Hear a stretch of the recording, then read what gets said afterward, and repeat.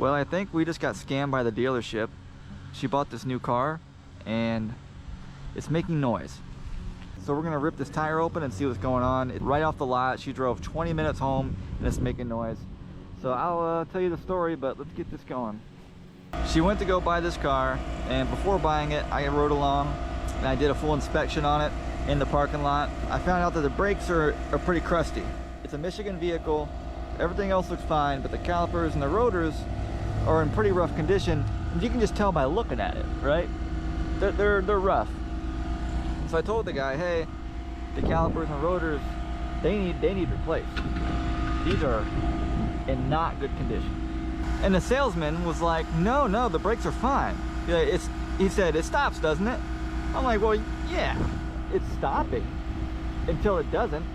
With the condition of the calipers alone, I wouldn't trust this thing to make it very much longer. And the rotors are also pretty rough too. He's like, well, it went through our 400-point multi-point inspection and everything is fine. They said it read 50% for the pad and 60% for the pad in the front. You hear that? I'm not going to shame the salesman right off the bat.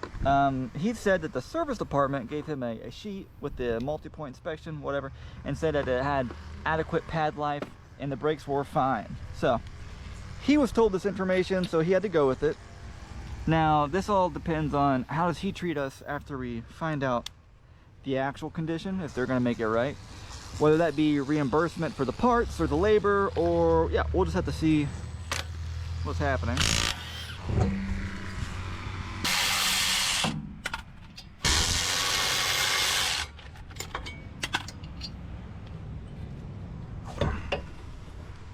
I say 0% on the rear. Literally 0% on the rear. Absolutely nothing left. That's bare metal right here. That's bare metal right there. That's bare metal. And the other side is actually has more meat on it, but that's telling me that the caliper is probably seizing then, because it's uneven pressure on this side. Oh my gosh. Which is also what you thought when you saw it, that the caliper was. Yeah. That is really on there. I don't even want to get that off because it won't go back on. And I want to be able to put it back together. Okay. Service department was wrong. And you can just see overall the condition's pretty rough, yeah. Oh my gosh. I don't think it's going to go back on. It's so bad. Alright.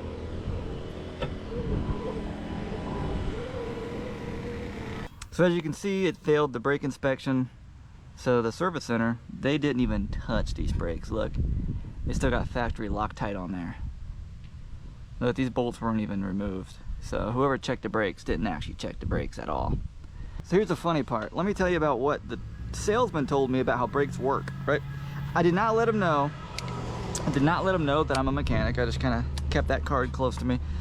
And I get it. He's a salesman. He's not a mechanic. You know, I don't expect people to know how these things work. But when you're confidently wrong, telling false information just to get the sale, that's where it gets a little weird for me. So I told him, hey, it needs a brake job. And he was like, nope, the brakes are great. Service told me so. And I'm like, well, no, I checked them and they are rusty. He's like, oh, no, that's just because, you know, when you drive the vehicle, you get oil on the rotors. And oil will keep the rust away. I swear to God, that's what he said. Word for word. Word for word. He said the oil will keep the rust away. Just because it's not been driven, that's why there's rust on it. And I explained, listen, I'm talking about the condition of the rotor, not the flash surface. He was talking about, you know, when you don't drive your vehicle for a couple of days, you get flash rust that builds up on the surface, and then it goes away as soon as you hit the brakes. You know, that's real common with cars that's been sitting. That's just how these work. I was telling him about this kind of condition and the actual calipers being crusty as could be, and he just you know, absolutely not. That's not the issue. In case you guys want to know, oil doesn't go on the rotor surface at all. The brake surface needs to be clean and dry. So I'm not sure what he meant by it gets oil on it when you drive it. I have no idea. So I think he needs to brush up on his brake information. So then after him telling me that, I decided to show my hand and say, listen, we're not trying to nickel and dime you on price on the vehicle. We just want to make sure it's safe. I am a mechanic. I own my own mobile mechanic business, and I literally do brakes for a living. And if there's one thing I know, it's that it needs brakes. Without a doubt, this thing needs an entire full brake service, and I'm talking calipers as well. And he pretty much shrugged me off, saying that it's fine. And not that he didn't believe me, but he just said that, again, he was told that the brakes are fine and that he cannot negotiate on price. So here we are. We can tell the brakes are just completely smoked. She's reaching out to the salesman now. We'll probably just skip past him and go to the manager, because, again, I can't entirely say it's his fault, but we'll just speak with the manager and see if we can get reimbursed on parts and my labor. I'm sure they would much rather love that than having us take it to their service center and having to do it, because they charge a lot more. I'd much rather do the brake job myself anyway, so that way I know it's done correctly. You know, you can't really trust a lot of people out here.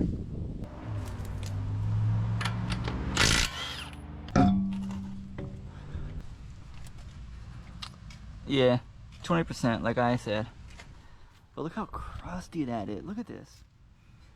You know what I mean? That's what I was seeing. That's what I was seeing.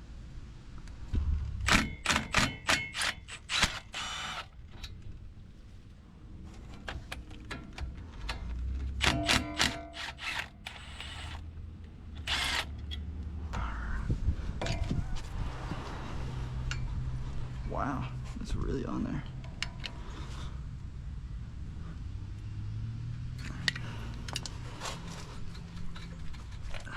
Really rusty. Holy shit. There it is. Wow. Look at